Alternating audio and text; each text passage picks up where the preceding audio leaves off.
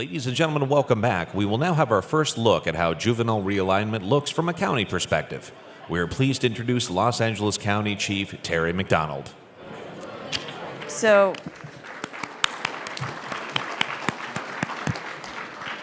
everyone who knows me knows that I'm not the fabulous Terry McDonald. I often try to be, actually, but I fail. Everyone who knows me knows that, I acted like I didn't really want the microphone this morning, but, look, first break, I'm jumping in and totally changing the program up. But I did quickly want to make a couple of announcements. We've had a few questions, and I wanted to direct you to the materials.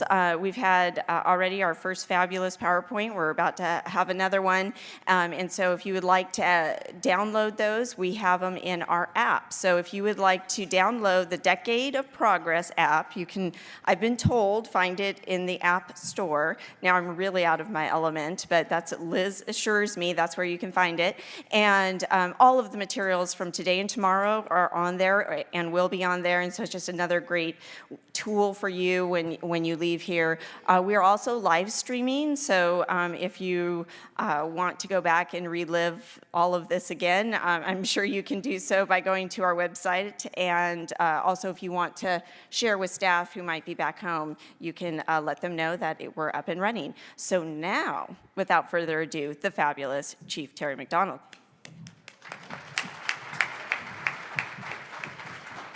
Good morning. What a bunch of powerful speakers this morning. How lucky are we? So I'm going to put a little human perspective into what we've been hearing about this morning. So in 1981, I got to work within the first realignment in California. It was the mental health realignment, where I worked in secure mental health treatment facilities where people who were placed in there under conservatorship. And in that role, I was a mental health worker. And in that role, we did treatment. We did strength-based approaches. We did case management. We did intervention. We loved our clients, even if they might hit us that day. We didn't punish them. We used that as an opportunity for learning and for growth, and we supported them when they were leaving. And part of mental health is they come back, and when they came back, we didn't shame them. When we came back, we said, what do we need to work on so you can stay out longer next time and do better? I left that role to become a correctional officer with the California Department of Corrections and Rehabilitation. At the time, it wasn't called rehabilitation. And none of those skills that I had learned existed. And I began a career of really trauma, the inmate trauma, organizational trauma, employment trauma. And at one point in that career, I worked in a mental health unit. I thought, this is good. I can use the skills I learned in my prior role because I loved mental health. And so I went to work a mental health lockup unit, a linear design lockup unit at the California Medical Facility in Vacaville. I got there on my first day, and my peers said, hey, put these green slickers on. I thought they were teasing me, right? I mean, there's a lot of clowning around that goes on in these environments. They said, put these green slickers on. I said, why? They said, we're going to go feed the inmates. So we put these green slickers on, and we walked down this tier of an open bar lockup unit with acutely mentally ill people, and we fed them through a tray slot, and they threw their food right back at us. That's the world in which I grew up in corrections. I was a captain of the guard at Folsom State Prison when I was asked to go over to Chad. You saw some pictures of what was going on. There was something called the Chad 7 at the time. The facility was out of control. The staff had stopped coming to work. Some people will remember that in this room. The clients were traumatized, the staff were traumatized, the organization was traumatized, and that's the world in which I grew up, and I said, what in the hell are we doing? Long-term segregation, long-term isolation, abuse of not only the inmates, but the staff and the communities in which people were going back to. I left the California Department of Corrections and Rehabilitation when another realignment came along, and that was public safety realignment, and I went to work for the Los Angeles County Jail System. Again, I walked inside of housing units where I see people far too idle, far too attended, far too cared for. Employees getting gassed, walking down tiers where inmates have nothing to do. Buildings that are crumbling, overcrowding, triple bunks, day rooms. And I said, what the hell are we doing? We are better than this. We are far better than this. Then I have the extreme honor and privilege of being the probation chief of the great Los Angeles County. I have the honor and the privilege of beginning to see the tides recede of abuse, not just of the people in which we're charged with making better who are under our charge, but the abuse of the employees that have to work in those conditions. And I have the extreme honor and privilege of having Chief Sheila Mitchell serving as my juvenile probation chief and learning from our partners who, Patricia Song, who's next to her, and Harry Grammer, about how we can do this differently, about how we can use a different approach towards criminal justice to realign people into communities, work with youth on the front end, and use those dollars to do something different for the kids that we do have to keep in a setting. We opened a facility that they're going to talk about today, Campus Kilpatrick, and I went to the opening of that facility and I honestly cried. And I cried because of all the trauma I had been through those settings, and to see that this is how it could be and should have been all along. And maybe we wouldn't have watched the criminal justice system and the incarceration of California grow and grow and grow and grow. So today, as we share what's going on in Los Angeles County at Campus Kilpatrick, I don't want to say, what the hell are we doing here? I want to say, look at what we're doing here. Look at what opportunities we have. Look at working together what we can achieve, and how this becomes kind of the cornerstone of the changes that we're making in Los Angeles County. And we hope that we learn from each of you through this conference and that we begin to grow together. So without further ado, I pass it off to Ms. Mitchell, who will lead the panel in today's discussion. Thank you.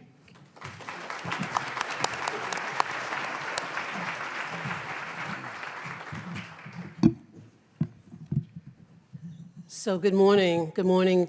One of the things that I absolutely love about probation is that we use a lot of acronyms, right? And so there's a new acronym, and I was saying this with my staff, and they were like, we don't understand that one, Sheila, and it's called the BJE. Does anybody know that one? The BJE? No?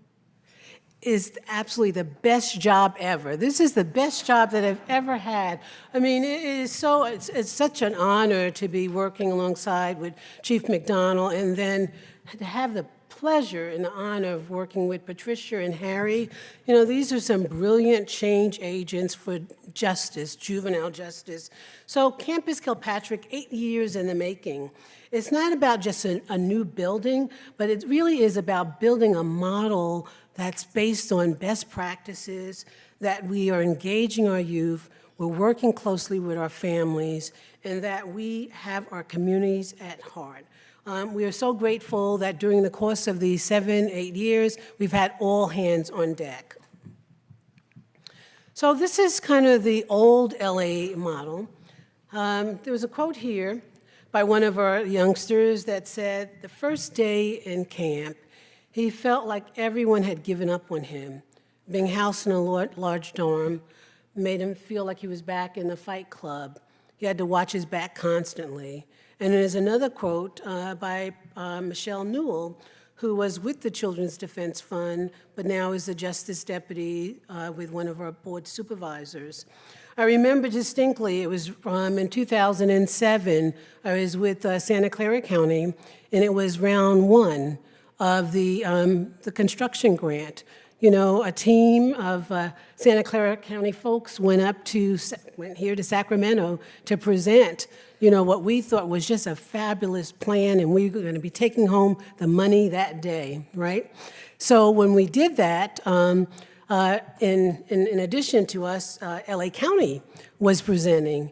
And LA County had this model that they were presenting, and after they did their presentation, I knew for sure we were going to come in first place. Well, needless to say, neither one of us got that grant that year. But what we know about probation, we're very much about persistence and deliberation and determination. So we came back again in 2014 with a whole different proposal.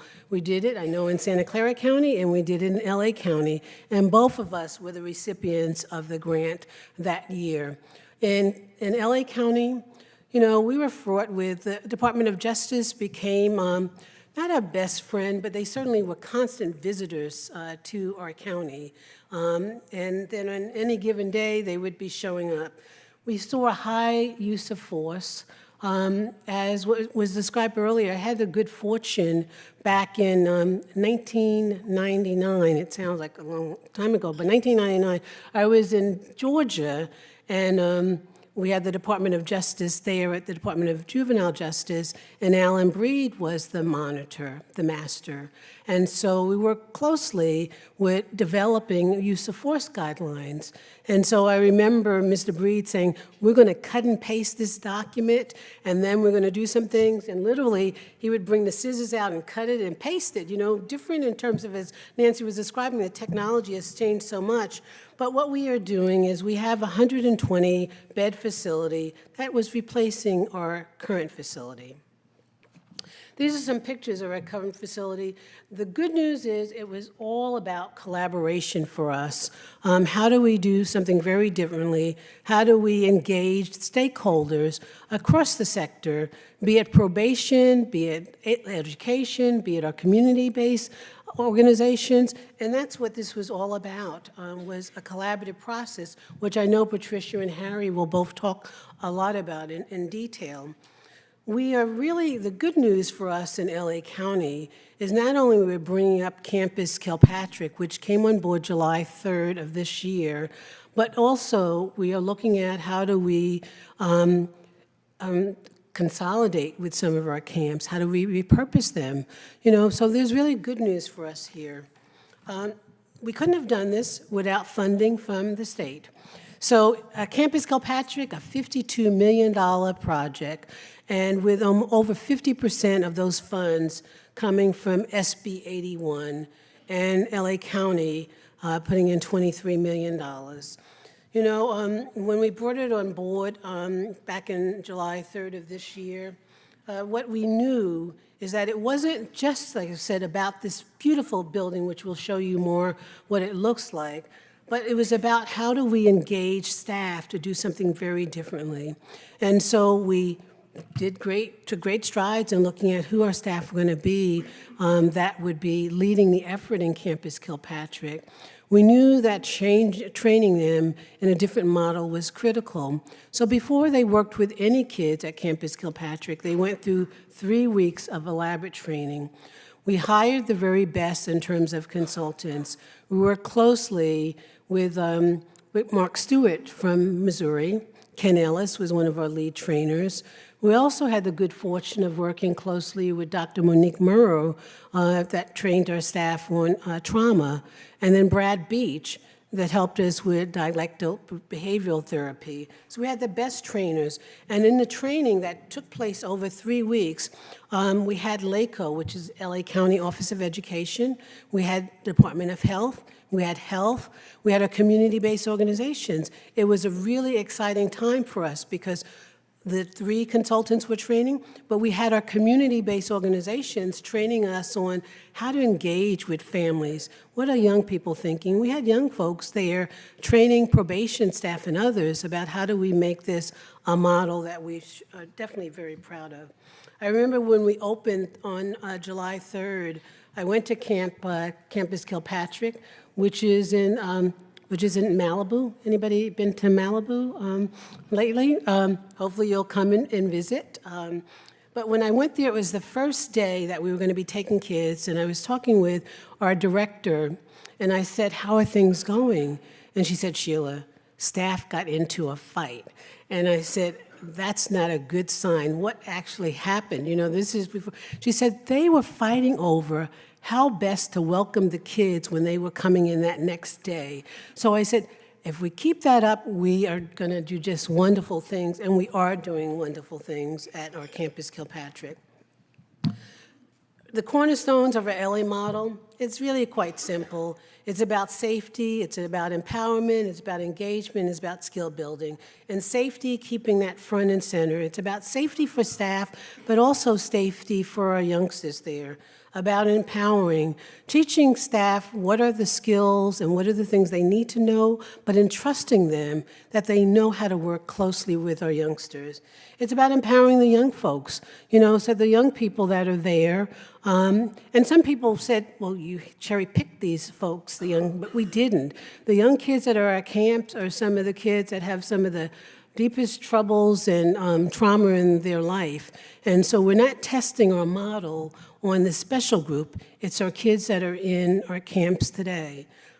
So about engaging and empowering our youngsters as well. And then not only that, it's about engaging our families. You know, where Campus Kilpatrick is, it's not a very easy drive to get to. So we had to think really long and hard about how do we engage the families, because our youngsters are with us from 5 to 7 months. And when they leave, they're going back home. So Harry's going to talk a lot about the family engagement and reentry. And it's also about the 3 key components. It's about trauma responsive, which we know kids are highly traumatized, and we just got a recent report that told us it's even worse than we thought. It's about the small group model, you know, and that's the piece that we're replicating about Missouri. It's also about the dialectical behavioral therapy framework. You know, when we were looking at our model, and we call it the LA model because we've taken what we believe the best of the best and created what is unique for our youngsters and our families in LA County. So we're very proud of this work that we're doing, and it's really an integrative treatment model. What we believe, it's about eyes on, it's about ears on, and it's about hearts on. It really is, for us, it's all about creating healthy relationships with our young people, build on trust and build on respect, and creating a culture of care. And so I'm going to turn it over to my good friend and buddy, Patricia, for the next couple of slides. Thank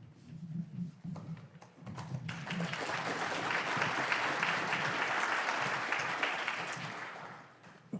Good morning. Thank you for having me here. It's such a privilege to join this conversation. It's a privilege to be on a panel with Harry and Sheila. We talked about making this panel fun, and then we're told that there's nothing interactive about it, and we couldn't even answer questions. So a little bit about me, and then a little bit of attempt at interaction.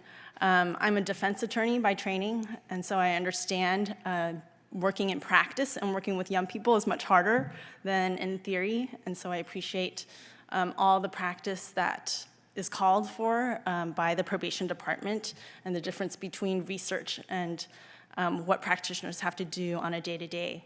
I'm also a policy researcher and advocate, and so think about systems and not just individual intervention.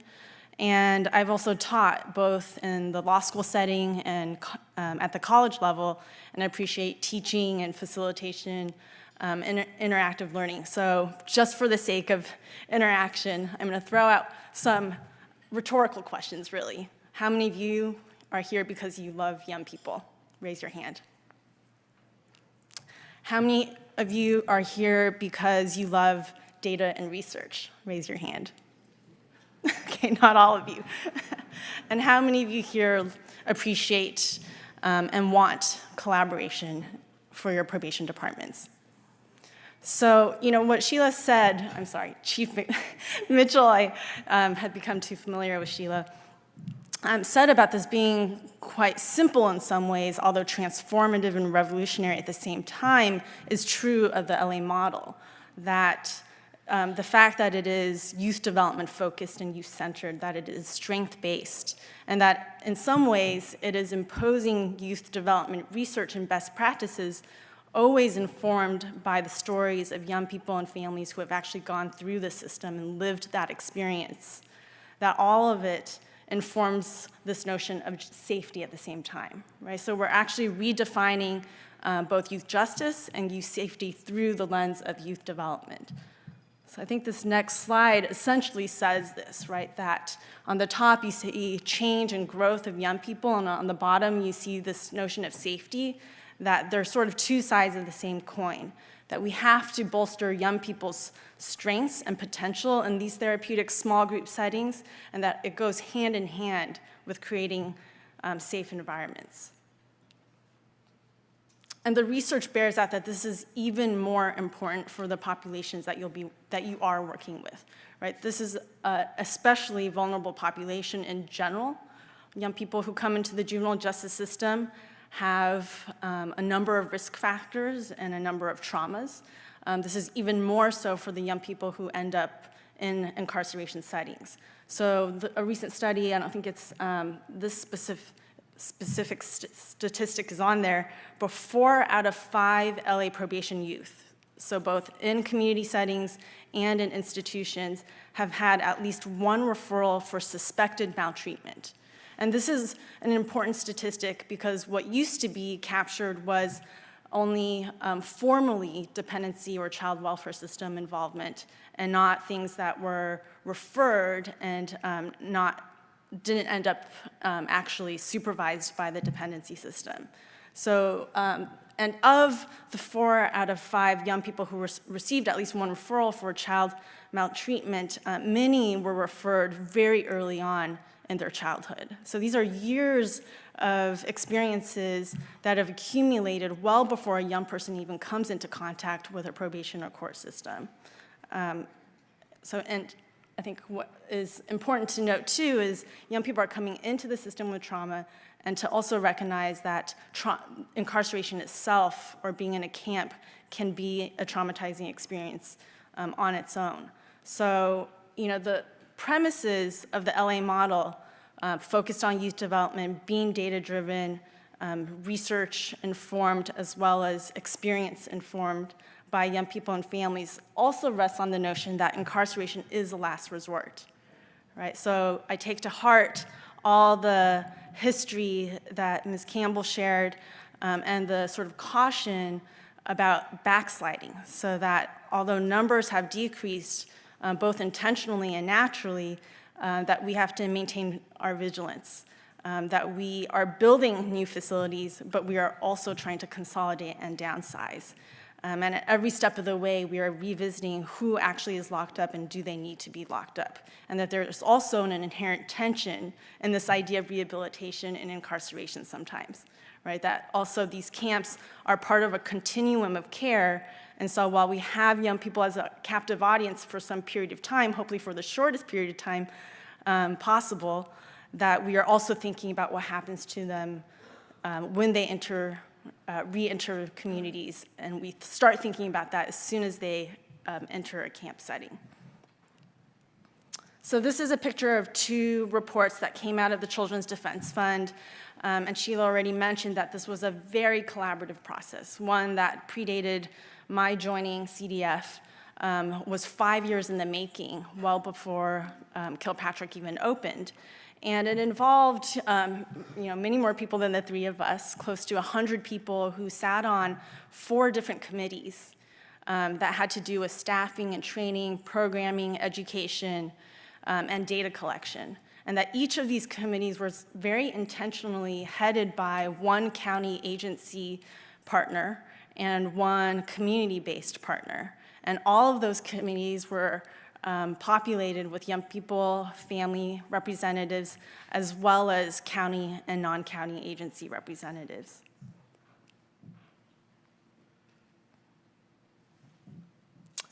This is a quote about essentially what the LA model is about. It is about a therapeutic milieu. I think Harry's going to expand on this in much more detail. And I think I just want to say that the document, which I have 10 copies of, so it'll be very coveted, but I hope you'll take it home so that I don't, is really about a blueprint, right? This is a vision that was collaboratively informed, and we are only in the early months of implementing this model. And again, as a practitioner, I appreciate that implementation is everything, right? This is a guide. The values drive the practice, and this will be an iterative process. So as we implement, there will be imperfections. The collaboration is critical going forward, and the data collection to learn from what's working and what's not is also just as important. So I'm going to pass it off to Harry, who will talk a little bit more about the specifics of the LA model.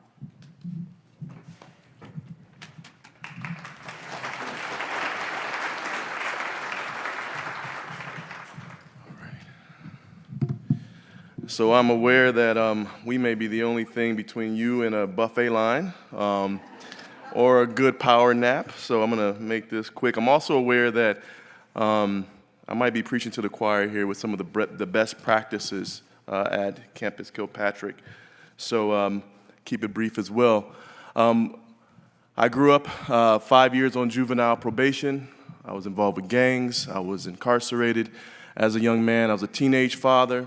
I went to college, was a dropout, went through some hard times into my early 20s, started to wake myself up, so to speak, and found that I wanted to go and help young people that had gone through the same experiences that I went through in my neighborhood get through those hard times. And started our organization 15 years ago called New Earth.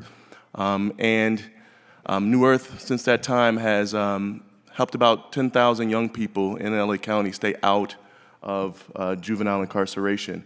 And I say that because what I had gone through was what I consider worst practices. You know, I went through hard times in my early teens and mid-teens, you know, and I wanted to bring something to the table that could help young people. Today, that son I had when I was a teenager just graduated from college this summer. Thank you. I'm finishing up my PhD now, no longer a high school dropout. Thank you. And here to share with you some of the best practices that Camp Kilpatrick has taken on. Let me see here. It's the star. Which one is it? Okay. All right. I'm used to smaller crowds. I'm sorry. All right. Multidisciplinary team planning occurs with collaboration across agencies at all levels. What does that mean? I mean, that means everyone. That means probation, DMH, counselors, community-based organizations, parents, guardians, at the table during times of transition and during times of the entire process. I've been at MTT meetings where reverends and community basketball coaches from high schools would come and join in and help and guide the process so a young person gets out with the support that he needs. I would say that everyone that has stake should be at the table to put skin in the game for this young person's future. Programming is engaging and meaningful for youth and staff with focus on skill building, mental health, healing, and personal growth. It consistently and meaningfully includes families and community members as crucial partners. It is crucial that we engage them. In an individualized care environment, we as a support team have to find out what interests the youth. Is it music? Is it sports? Is it marine biology, right? Is it cars? What is it that interests them? And then we need to wrap around them and engage them in those interests. And then match them with staff on site that can also have those same interests and also engage them and continue those conversations that build relationships. Families are engaged early and often, treated with respect, and seen as partners in the treatment and aftercare process. Now, we all know that, bringing parents to the table isn't always easy, especially when your facility is about 50 miles away. But we believe that a parent should be involved all the way through the process, from the arrest to court to through the camp process and also through the planning process afterwards. Chief Mitchell and I have even discussed, developing a family unit team where we help to maybe get a mother who has a hard time keeping a job or a father a hard time keeping a job, putting them into a work development program, or a brother and sister in the family that is struggling with getting work, finding opportunities for them, and really just healing the family unit. So when the young person returns home, they don't return home to a demise. They return home to a family that is healing, a family that has promise. So that's really important. Aftercare and reentry are core drivers of case planning from the day of arrival in order to build continuum of care and to support stability when back in the community. From day one, CBOs and DMH and probation are assessing risk, looking at conditions of their neighborhoods, looking at the condition of the home, matching young people with community mentors, credible messengers, if you will, and continuing to discover what interests they have so they can create a comprehensive plan. For example, we work with, we have 2 charter schools in the community that services probation youth. So we also collaborate with other CBOs, one being the LA Waterkeeper. And LA Waterkeeper is an organization that's helping to restore the Santa Monica Bay. And so LA Waterkeeper takes out a group of youth every single month out of our schools, and we go on a 25-foot boat, 3 to 4 young people at a time, and we get out there on the water, and I can't tell you how many times, while the kid is, hair's flying in the wind and the dolphins are swimming next to us and the whales are out in the distance, I can't tell you how many times a young person looked at me and said, "This is freedom. This is freedom right here." And it was just that meaningful exposure to something new, something different that was really important. And one young man said, "You know what? I want to get in the water. I want to go down in the water where you guys go when you're, diving." And I said, "Well, talk to Michael." Michael is the director of LA Waterkeeper. Michael said, "Oh, you want to get in the water? Okay, let me see what I can do." 6 months later, Michael comes back and says, "I've got 3 scholarships for those young men that wanted to go down into the water. We're going to take them through a diving training." So we went through a 3-month diving training every Saturday in the pool, then in the ocean, wearing gear. And these young men, 6 months later, were down underneath the water, scraping urchin off of kelp. But this is what it's about. Finding out what interests them and then engaging completely and deeply into that. The small group care model includes cohort consistency, focus on relationships, home-like living spaces, and shared responsibility or daily activities, self-care, and ordinary maintenance of shared spaces. So at Campus Kilpatrick, smaller group sizes we have are there for specialized attention. 5 cottages, dorm style, core groups of 8 to 12 people. And core means, core groups mean they stay together through the entire day. At school, in a dining hall, during rec, during times of counseling together. And this gives them a real opportunity to really build relationships with each other, gives the staff an opportunity to build relationships and where trust can be formed in these types of environments.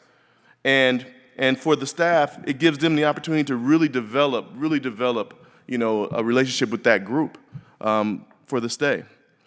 Safety, both psychological and physical, is a priority for staff and youth and is promoted through a variety of positive mechanisms integrated into daily interactions and activities. Patricia just spoke a little bit about trauma-informed care and a need for interventions that come from that place. On-site, staff, partners, and youth all go through dialectic behavioral training, which is mindfulness. Right? It's being able to be mindful of your behavior and be mindful of your thoughts and your actions. And one thing that's unique that I've noticed at Campus Kilpatrick is that every morning starts off with a student-led meditation. Right? So everyone that's in that cottage, including staff, all sit in a circle, and they do a 5-minute mindful meditation.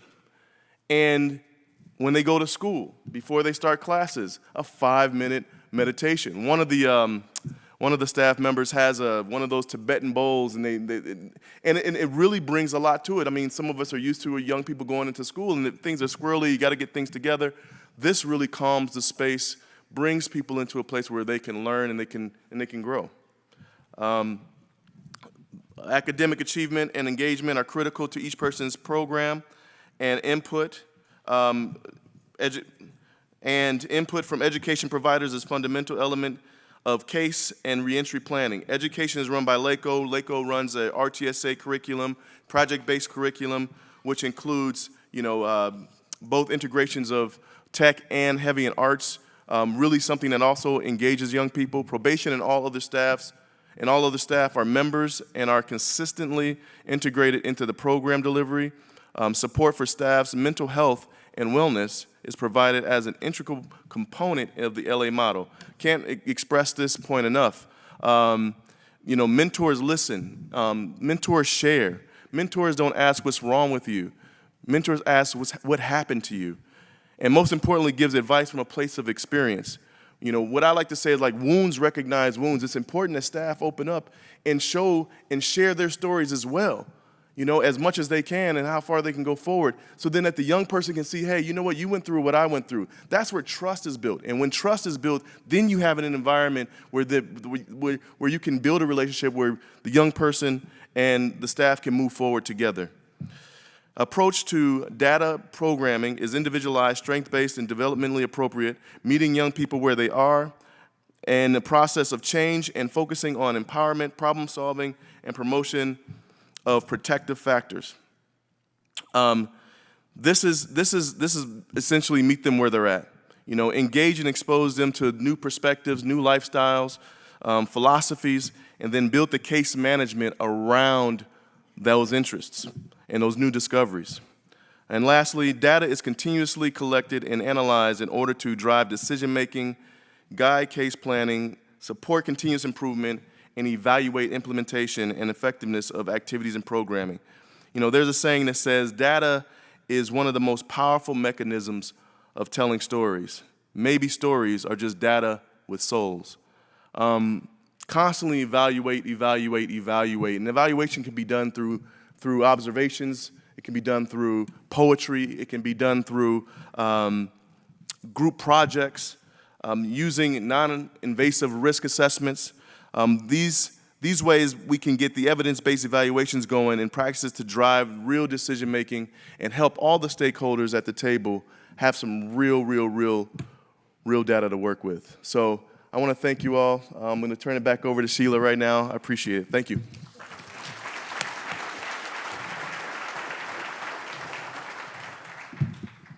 Okay, so I wanted to acknowledge Dave Mitchell. Dave, Dave is the deputy director over our detention facilities and in LA County, and Dave was instrumental. We had it what we call the team of 12. It was like the moving group that was making this change, but a team of 12 became the team of 50, and then a team of 100. So thank you, Dave, for your leadership. So here's a look at our camp. Our Campus Kilpatrick. Right in the foothills of these beautiful mountains, pretty expensive property there, but we're doing really quite well. Here's another. So, mentioned this is the look at our old barracks, and we call them barracks. They were open, they were large dormitories. Today, this is our living unit. That we built as a result of our funding that we got from SB 81. So they're small, they're safe, and they're residential character because what happens is the youngsters, there's wash machines and dryers in every living unit. Kids do their own clothes. We're trying to create what might be a normalcy for these youngsters. And so we didn't go with institutional furniture. In fact, some of the this was our first time bringing up a new facility in a very, very long time. So we had a couple of mishaps along the way. One of them had to do with our beds and ligatures. Anybody know what a ligature is? Anybody know what a ligature is? Okay, we know all too well because we had 3 different beds before we got the right bed with non-ligatures. So we learned along the way about what does it mean to build a new facility and to make it home-like and not have things that would expose kids to risk. This is another part of our facility. You can see there's a game room where the youngsters are. The furniture. We stayed away from institutional looking furniture, trying to soften the look. This is our old housing where the restrooms were. No privacy, no individual respect or dignity for our youngsters.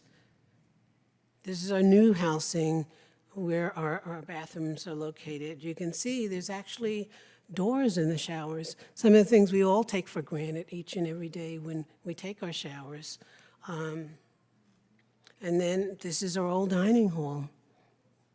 Stayed away from the metal steel tables. Softened the look. We are a staff and our youngsters dine together. Even the word dine, I was thinking about that because we'll always say we're going to feed our kids. And it's like, I don't think, we talk about our kids dining now, not being fed. They're actually dining, and they're dining together with our staff. Roads to Success Academy, I'm going to just finish because we're almost out of time, Harry. We're working very closely with our County of Education folks and have a lot of different programs, from culinary programs to wood shop, teaching them new skills, our youngsters, so when they go back into their communities, there's so much they know. This is, we're really very excited to have a culinary program, which we're creating a master garden. It was one of the things one of our board members thought that was really very important. So as we're raising the old camp, some parts of it are turned into a large garden, so youngsters can raise their own foods. Now, the thing that we haven't figured out yet is there's a lot of laws in terms of how one can use the food to eat in an institutional setting, but we have a culinary program. We have a gymnasium that is the best that you'll see.